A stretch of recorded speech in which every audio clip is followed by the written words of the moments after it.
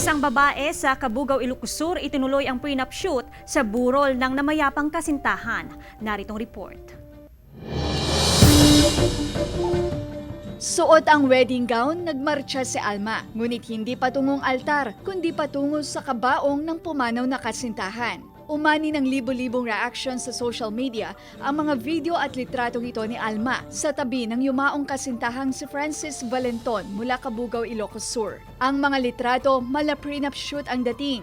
Wala pang isang taong magkasintahan ang dalawa, pero kamakailan ay nababanggit na ni Francis ang kasal. 3 nights before, may mga sinabi siya sa akin na, "Baby," sabi niya, "kung tayo man yung ikakasal, gusto ko yung simple lang, kahit hindi bongga. Basta masabi kong akin ka." Ngunit sa di inaasahang pangyayari, namatay si Francis noong January 15 dahil sa sakit sa puso.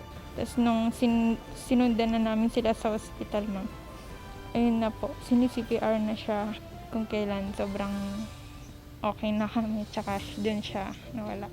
Nalaman ng pamilya na naghanap na pala ng photographer si Francis para sa sanay prenup shoot.